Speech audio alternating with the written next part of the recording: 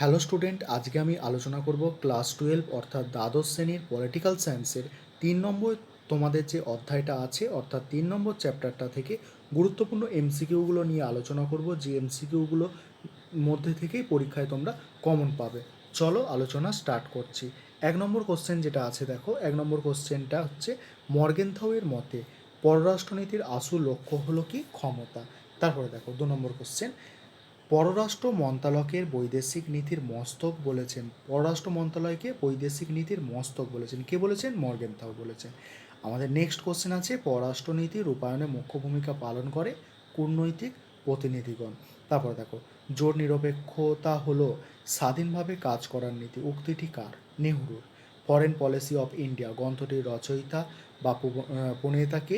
Michael ব্রেচার। ঠিক আছে, ভালো করে বানানটা মনে রাখবে, মাইকেল ব্রেচার।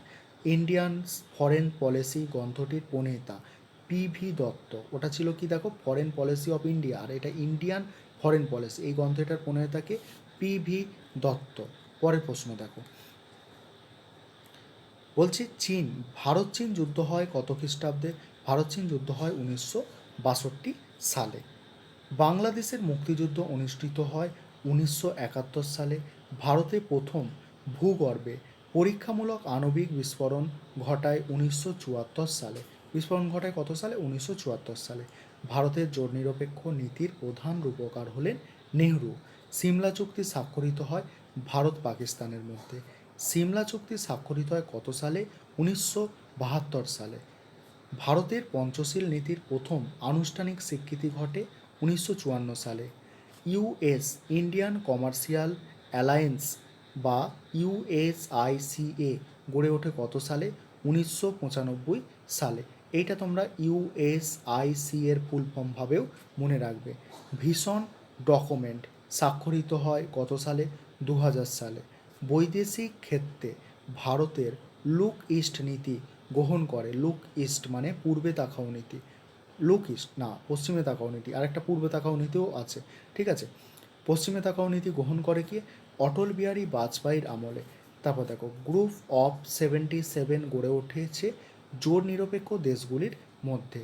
তারপরে কোশ্চেন, তারপরে প্রশ্নটা দেখো ভালো করে, বলছে আমরা কোনো শিবির ক্যাম্প আছে বা সামরিক জোটের অন্তর্ভুক্ত নই, আমরা কেবল একটি পক্ষের অন্তর্ভুক্ত এবং তা হলো শান্তির পক্ষ। উক্তিটি করেন কে? উক্তিটি করেন নেহরু। পরে প্রশ্ন, আন্তর্জাতিক রাজনীতির চূড়ান্ত লক্ষ্য যাই হোক না কেন এর আসল লক্ষ্য হলো ক্ষমতা। উক্তিটিকার? মর্গেনথাউ। রুশ রুশ ভারত মৈত্র চুক্তি স্বাক্ষরিত হয় 1971 সালে। সার্কের বর্তমান সদস্য সংখ্যা হচ্ছে 8। তারপরে সার্কের নবতম সদস্য রাষ্ট্র হচ্ছে আফগানিস্তান। তারপরে প্রশ্ন দেখো, সার্ক গঠনের উদ্দেশ্য? দক্ষিণ এশীয় দেশগুলির পররাষ্ট্রমন্ত্রীদের প্রথম বৈঠক হয় কোথায়? নতুন দিল্লিতে। সার্ক গঠনের উদ্দেশ্যে দক্ষিণ এশীয় দেশগুলির পররাষ্ট্র মন্ত্রীদের প্রথম বৈঠক কোথায় হলো? দিল্লিতে হলো। সার্কের সনদের সর্বমোট ধারা কত? 10টি। সার্কের সনদের 1 নম্বর ধারায় মোট কয়টি উদ্দেশ্যের কথা বলা হয়েছে? 8টি। সার্কের সিদ্ধান্ত গৃহীত হয় ঐক্যমত্যের ভিত্তিতে। সার্কের স্থায়ী সচিবালয় কোথায় আছে? কাঠমান্ডুতে আছে। সাধারণভাবে সার্কের শীর্ষ সম্মেলন অনুষ্ঠিত হয় বছরে একবার। পরে কোশ্চেন, সাপটা স্বাক্ষরিত হয় 1995 সালে।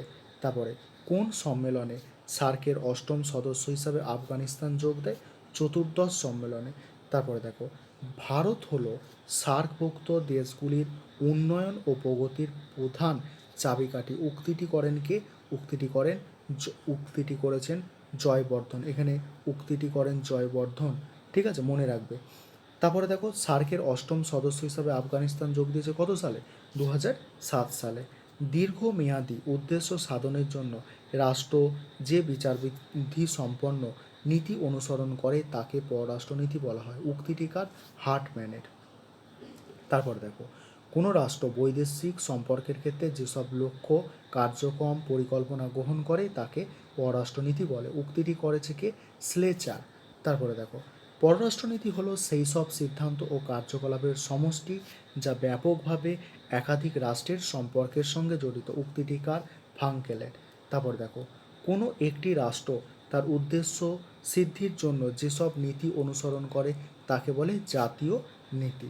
পরের প্রশ্ন দেখো, পররাষ্ট্রনীতির একটি অভ্যন্তরীণ নির্ধারক হলো সামরিক সামর্থ্য।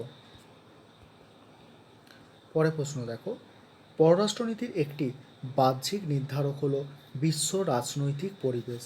পরের প্রশ্ন, ভারতের পররাষ্ট্রনীতির অন্যতম মৌলিক বৈশিষ্ট্য হলো জোট নিরপেক্ষতা। পঞ্চশীলকে জোট নিরপেক্ষতার পরিণতি বলেছেন কে এস মূর্তি। পরের প্রশ্ন দেখো, আমাদের জোট নিরপেক্ষতা নেতিবাচক নয় ইতিবাচক। যেসব দেশে ন্যায়ের পথ অনুসরণ করবে আমরা তাদের সাহায্য করব, আর যারা আমাদের পছন্দের কাজ করবে আমরা তাদের বিরোধিতা করে বিরোধিতা করতে দ্বিধা করব না। বলছে যারা আমাদের অপছন্দের কাজ করবে আমরা তাদের বিরোধিতা করতে দ্বিধা করব না। মন্তব্যটিকার জওহরলাল নেহরু। তারপরে দেখো, আমরা কোনো পক্ষ বা সামরিক জোটের অন্তর্ভুক্ত নই, আমরা কেবল একটি পক্ষেরই অন্তর্ভুক্ত, তা হলো শান্তির পক্ষ। এটা কে বলেছে? নেহরু বলেছে। ভারতের জোট নিরপেক্ষতা হলো গতিশীল।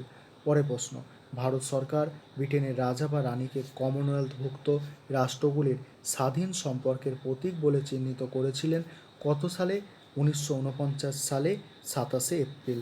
তারপরে সোভিয়েত ইউনিয়নের পতন ও দ্বিমেরুতার অবসানে পরবর্তী সময়ে ভারতের পররাষ্ট্রনীতিকে চিহ্নিত করা হয় মার্কিন ঘেঁষা নীতি হিসাবে। পরের প্রশ্ন দেখো, ভারত ও তার প্রতিবেশী রাষ্ট্রগুলির মধ্যে সুসম্পর্কের ক্ষেত্রে বাধা হয়ে কাজ করছে কে? ভারতের দাদাগিরি। ঠিক আছে, ভারত মার্কিন অসামরিক পরমাণু চুক্তি 123 চুক্তি স্বাক্ষরিত হয় কত সালে? 2007 সালে। তারপর দেখো, ভারতকে দক্ষিণ এশীয় অঞ্চলের স্থায়িত্ব এবং গণতন্ত্র ও মানবিকতা সংরক্ষণের একটি উপাদান বলে চিহ্নিত করেছেন গিউমার। তারপরে দেখো, আধুনিক বিশ্বে জোট নিরপেক্ষ আন্দোলনের গুরুত্ব হ্রাসের অন্যতম কারণ এককেন্দ্রিক বিশ্ব রাজনীতি। তারপরে যে কোশ্চেনগুলো আছে দেখো, সার্কের সনদ স্বাক্ষরিত হয়েছিল 1985 সালে 8ই ডিসেম্বর। সার্কের প্রথম শীর্ষ সম্মেলন হয়েছিল 1985 সালের 7 থেকে 8ই ডিসেম্বর। তারপরে প্রশ্ন দেখো, আজ 2015 পর্যন্ত সার্কের শীর্ষ সম্মেলন অনুষ্ঠিত হয়েছে 18 বার, অর্থাৎ 2015 সাল পর্যন্ত 18 বার হয়েছে। সার্ক প্রতিষ্ঠিতর ব্যাপারে ভারতের ভূমিকা চাণক্যের পরিকল্পনা বলে চিহ্নিত করেছে কে? পাকিস্তান। সার্কের সপ্তম শীর্ষ সম্মেলন গৃহীত চুক্তিটি হলো কি? দক্ষিণ এশীয় বিশেষ সুবিধাপ্রাপ্ত বাণিজ্যিক এলাকা বা সাপটা। এটা হচ্ছে অ্যান্সার হবে সাপটা। সার্কের সদস্য নয় কে? মায়ানমার। 1990 সালে কন্যাবর্ষ হিসাবে চিহ্নিত করার প্রস্তাব গৃহীত হয় সার্কের চতুর্থ শীর্ষ সম্মেলন 1988 সালে। আজকে এতটাই। ভিডিওটা ভালো লাগলে অবশ্যই চ্যানেলটা সাবস্ক্রাইব করে নেবে, আর নতুন ভিডিও পাওয়ার জন্য অপেক্ষা করে থাকো। ঠিক আছে, সাবস্ক্রাইব করে রাখো চ্যানেল, তাহলে তোমরা খুবই তাড়াতাড়ি পেয়ে যাবে।